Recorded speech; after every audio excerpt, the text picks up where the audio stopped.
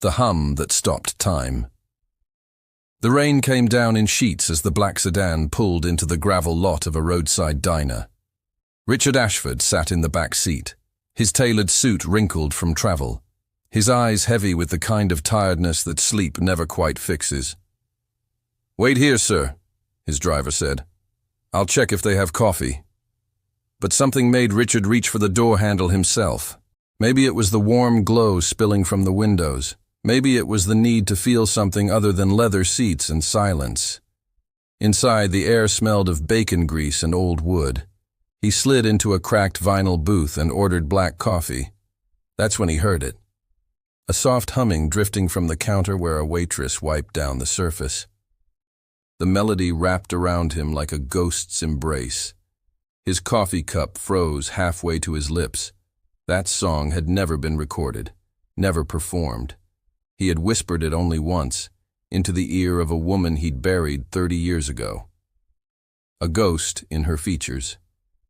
Richard couldn't look away. The waitress moved between tables with an easy grace, her dark curls bouncing softly as she laughed at something a regular customer said. She tilted her head slightly when she listened, a small unconscious gesture that sent ice through his veins. Clara used to do exactly that. He gripped his coffee cup tighter. Coincidence, he told himself. Exhaustion playing tricks on a guilty mind. 30 years of buried memories finally surfacing in the shape of a stranger. Then she turned. Her eyes met his across the quiet diner. Warm brown, kind, curious, completely unguarded. And in that single moment, Richard saw Clara so clearly that the breath left his body like a man who had been struck. He fumbled for his wallet, left far too much cash on the table, and pushed through the door into the cold rain. His driver called after him, but Richard didn't answer. He couldn't. His throat had closed around words he had no right to speak. He had spent 30 years pretending that chapter was closed. But some doors, once cracked open, cannot be shut again. The secret Richard buried. 30 years earlier, Richard Ashford was a different man. At 28, he had nothing but pride and a fierce, reckless love.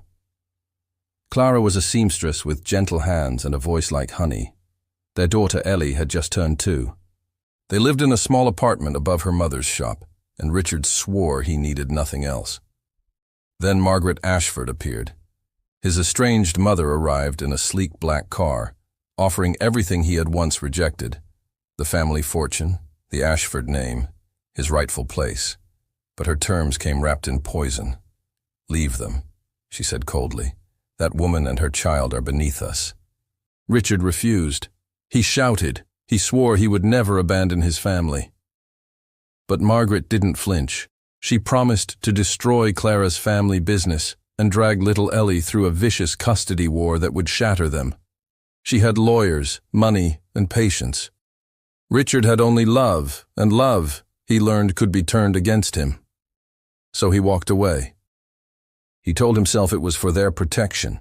He told himself they were safer without him.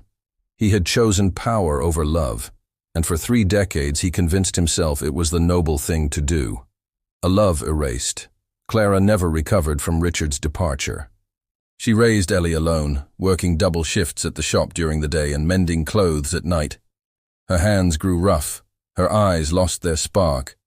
But every evening, without fail, she would tuck Ellie into bed and hum that lullaby, the one Richard had written, the only piece of him she had left. When Ellie was 5, Clara fell ill.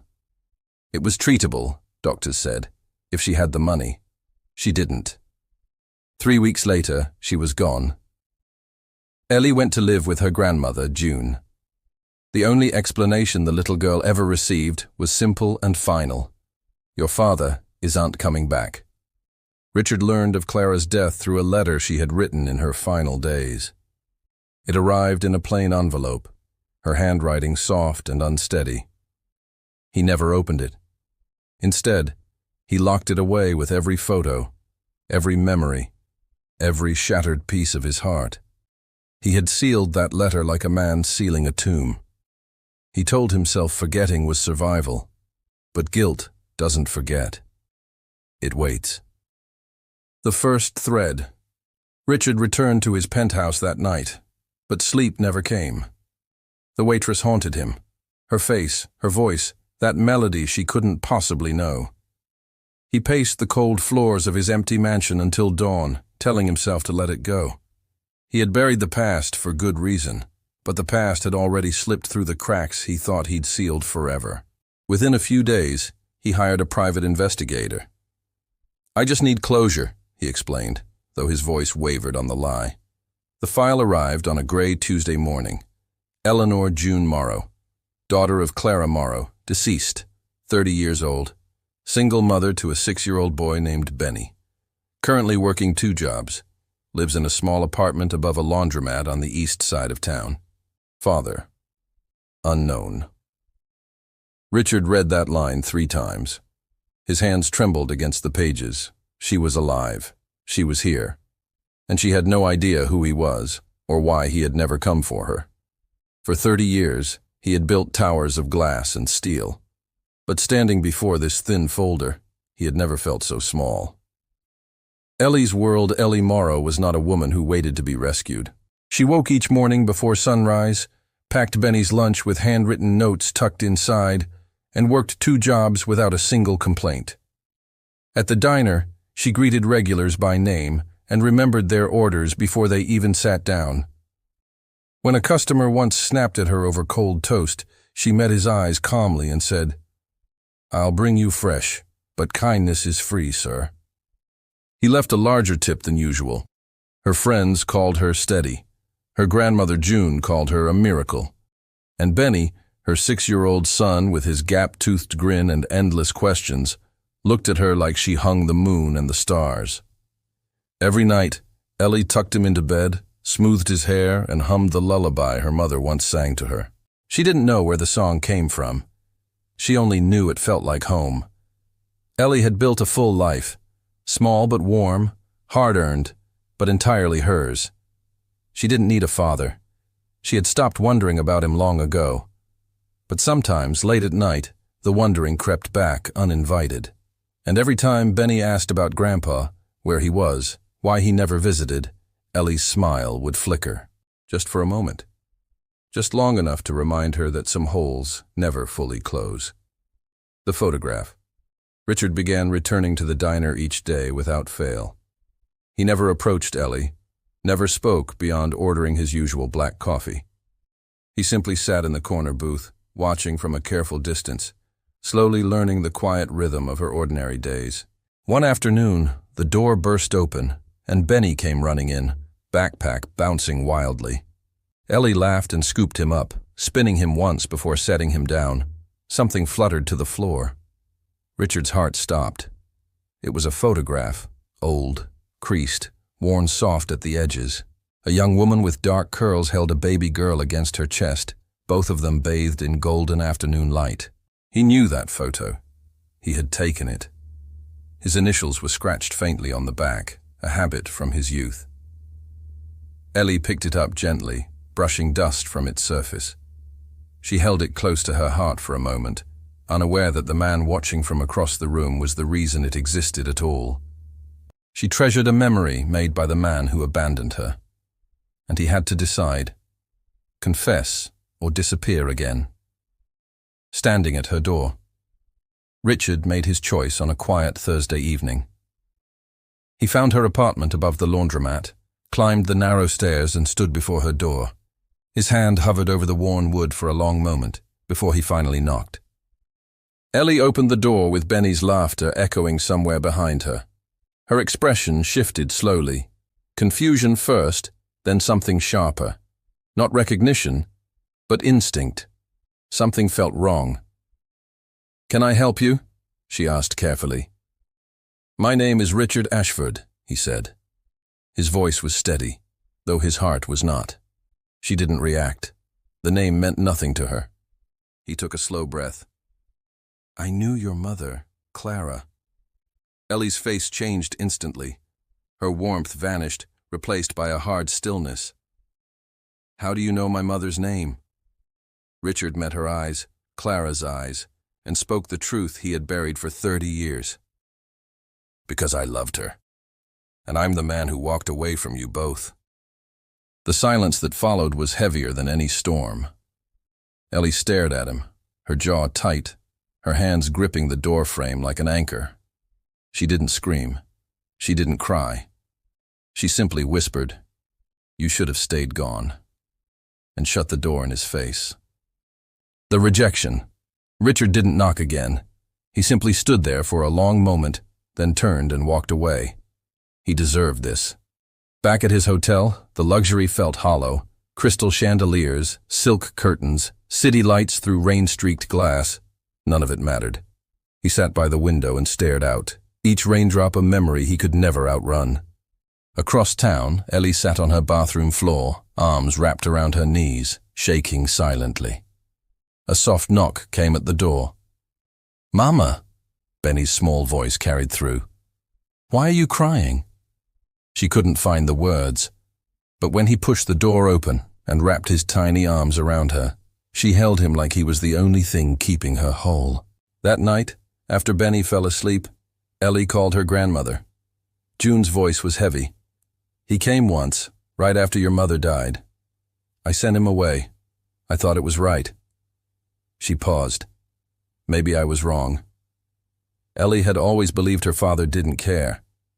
Now she faced a crueler question. What if he did? And it still wasn't enough. Clara's final gift. Richard drove to the Ashford estate the following morning. Margaret sat in her wheelchair by the tall windows, frail but unbowed. Her eyes flickered with recognition when he entered, cold, calculating, unchanged by time. "You've come about the girl," she said flatly. "Her name is Ellie." Richard's voice was low. "Your granddaughter." Margaret waved a thin hand. "I saved this family's name. That woman and her child were distractions. Nothing more." Richard stepped closer. "You saved nothing. You destroyed everything that ever mattered." She didn't flinch. She never had. He left without another word. But when he returned to his hotel, he finally did what he should have done 30 years ago. He opened Clara's letter. The paper was soft, her handwriting faded but familiar. She didn't curse him. She didn't beg. She thanked him for the lullaby. She hoped he would find peace someday. And at the end, she had written, "If you ever come back, love her gently. She is the best of both of us." Richard pressed the letter to his chest and wept. Clara had given him a map to redemption, but the road would not be short, and Ellie held the only key. The patience of love. Richard didn't push. He didn't send lawyers or money or grand gestures demanding her forgiveness. He simply stayed. He rented a small cottage at the quiet edge of town. Each morning he walked to the diner, ordered the same black coffee, left a generous tip, and never once approached Ellie's counter. He read old newspapers. He watched the rain. He waited without expectation. Weeks passed. One afternoon, Benny was coloring at a nearby table when a red crayon rolled across the floor. Richard bent down and picked it up, handing it gently to the boy. Benny grinned wide. "Thanks, mister." Richard smiled softly. "You're welcome." Ellie watched from behind the counter, stiff and silent.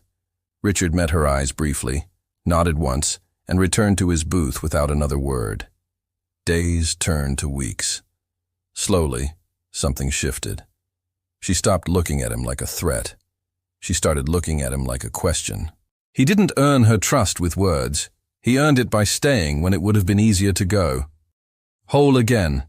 The afternoon sun was warm the day everything changed. Benny knelt on the sidewalk outside the diner, drawing colorful chalk flowers while Ellie worked her shift inside. Richard sat by the window, watching the boy's careful concentration with a faint smile. Then he saw it, a car speeding down the street, swerving too close to the curb. Richard didn't think. He simply moved. In one swift motion, he was outside, pulling Benny into his arms and stumbling backward just as the car roared past. They landed on the sidewalk together, breathless but unharmed. Ellie burst through the door, white-faced and trembling. She found Benny laughing in Richard's arms. "The nice man saved me, Mama," Benny announced proudly. Richard set him down gently and brushed the dust from his coat. He didn't ask for gratitude. He didn't linger for praise. "He's a good kid," he said quietly. Ellie stared at him. Her expression wasn't gratitude. It was something deeper, something she couldn't yet name. She swallowed hard. "Would you like to have dinner with us tonight?"